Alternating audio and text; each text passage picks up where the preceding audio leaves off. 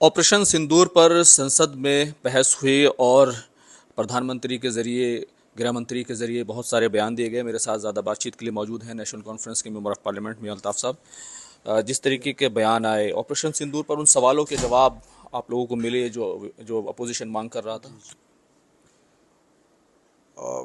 आपने देखा कि 2 दिन बहस चली इस पे, और परसों तो रात मेरे ख्याल में कोई 1 बजे तक बहस हुई। तमाम मेंबर्स जो हैं जो बोलना चाहते थे वो बोले, और हर एक ने अपनी बात रखी। अपोजिशन के एमपीज़ ने भी रखी, रूलिंग पार्टी के एमपीज़ ने भी रखी, और कल leader of the opposition Rahul Gandhi ने भी तकरीर की, प्राइम मिनिस्टर ने भी तकरीर की।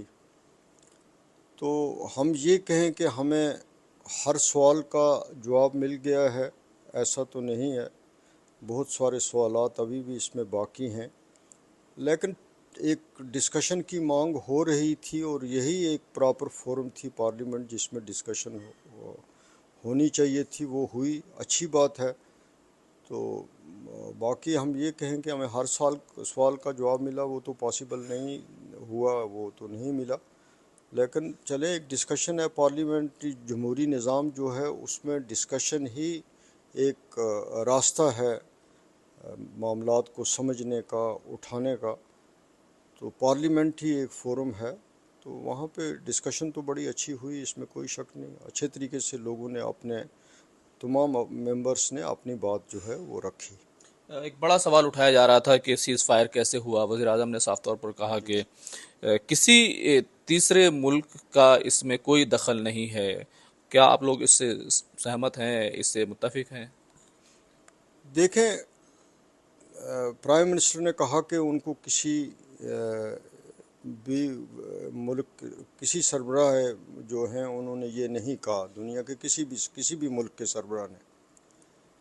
लेकिन जो स्पेसिफिक सवाल अपोजिशन उठा रही है, ख़ास तौर पे राहुल गांधी उठा रहे हैं कि आप बताइए कि ट्रंप जो कह रहा है वो गलत कह रहा है या सही कह रहा है, उसका जवाब तो नहीं आया।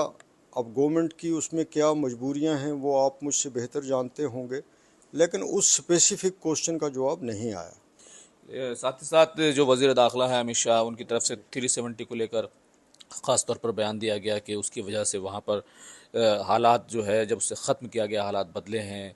तरक्की हुई है, विकास हुआ है, डेवलपमेंट हुआ है, और जो वहाँ पर मिलिटेंसी थी उसमें कमी आई है। देखें, 370 को ये कहते हैं कि हमने ख़त्म किया तो लोगों के दिल जीते, मुझे वो ऐसा नहीं लगता, मेरी जो अपनी समझ है। बाकी इसमें कोई शक नहीं है कि वहाँ पे 5 अगस्त 2019 के बाद हालात में बेहतरी आई, स्टोन पेल्टिंग में बेहतरी आई, जो हड़तालों के बड़े लंबे कैलेंडर दिए जाते थे उसमें बेहतरी आई। लेकिन फिर भी मैं साथ साथ ये कहूँगा कि जम्मू कश्मीर के लोगों के दिल जीतने के लिए गवर्नमेंट ऑफ इंडिया को अच्छे से अच्छे इकदाम करने चाहिए, क्योंकि लोग अगर खुश रहेंगे तो वही सबसे बड़ी फतह होगी। बाकी इसमें कोई शक नहीं है कि मैं ये नहीं कहता कि नहीं, हालात अबतर हुए, हालात में बेहतरी आई डेफिनेटली, वो सब देख रहे हैं। लेकिन एक तो बहुत सारे लोग जो हैं वो जेलों में बंद हैं, उनके केस रिव्यू होने चाहिए, और जो लोग बेगुनाह हैं उनको छोड़ने चाहिए। कुछ लोग शक की बुनियाद पे उठाए जाते हैं, फिर आगे कहानियाँ बनाई जाती हैं, तो वो सिलसिला भी बंद होना चाहिए। वो ज़रूरी है, कश्मीर में हालात को मामूल पर रखने के लिए वो सिलसिले बंद होने चाहिए। वज़ीर आला उमर अब्दुल्ला की तरफ से स्टेट हुड के मसले को लेकर कहा गया है कि मानसून सेशन का वो इंतज़ार कर रहे हैं। तो क्या कुछ चल रहा है? क्या स्टेट हुड मिलने की कोई उम्मीद है? कोई सरगर्मी हुई है? कुछ पेशरफ्त हो रही है?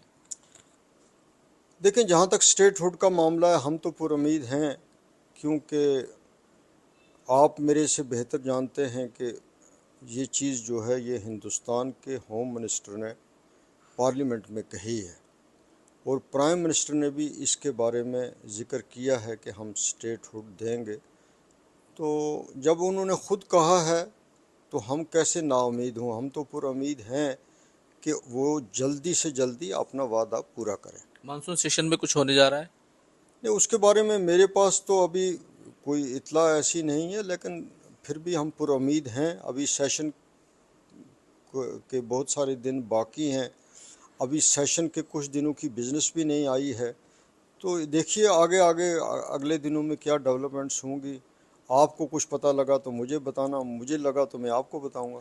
بہت بہت شکریہ بات کرنے کے لیے. خرم شہزاد، نیوز 18، دلی.